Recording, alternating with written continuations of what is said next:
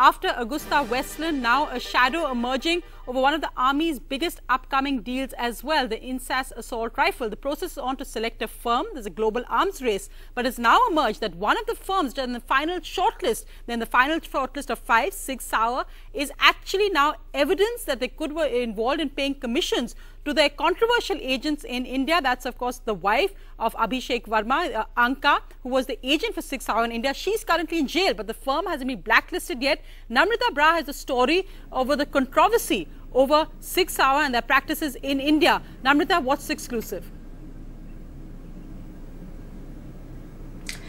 Sonia, we have exclusive access to documents with the CBI and the FBI submitted just a few days back. These are new documents showing that 6 Sauer, which is a US-based international firearms giant, actually signed an agreement, a joint venture with Abhishek Verma to pay him 10% commission on all arms deals. Now, this is important. We've got documents proving that. We'll put them up on the screen as we speak about that. Separately, there have been 2 bank transactions, and we have detailed record of those. $50,000 paid as a bribe to a certain VIP to get a certain anonymous complaint against SIG dropped so it can be eligible for an order, and then $125,000, which is commission paid to Verma to get an MHA police tender.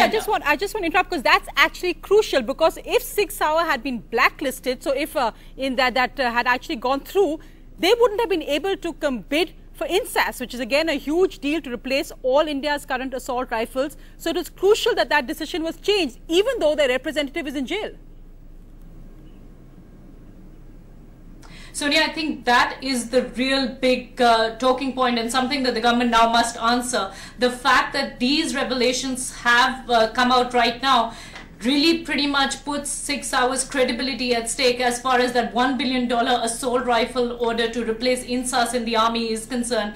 And we are questioning on details around that, along with the police modernization weapon program, which is 38,500 crores with the Ministry of Home Affairs. So that's crucial, because this commission, these kind of commissions and the detailed transactions we have violate the Foreign Corrupt Practices Act, violate India's Integrity Pact, and violate the Official Secrets Act. Right, and Namrata, the documents you have are actually based on emails between what's said to be Abhishek Verma's email ID and officials of 6 Sauer. So to be fair, we've got no bank evidence which proves that the bribes were actually paid. Could this have been Abhishek Verma or making this up to impress 6 Sauer?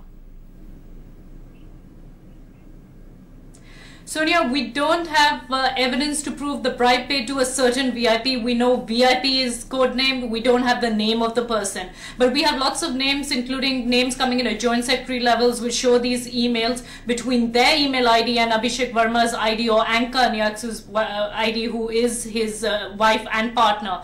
Now, we do know, though, that 2 transactions, money was paid. We have bank accounts detailing it in Chase Bank as well as State Bank of India, showing that $50,000 and $125,000 was received by Abhishek Verma via a Benami route. There were multiple shell companies involved, so it works like 6 Sauer Asia transfers to Ganton USA, to Ganton India, and so forth. It's a circuitous route, but nonetheless illegal Benami multiple shell companies route. We have confirmation of those 2 payments coming in.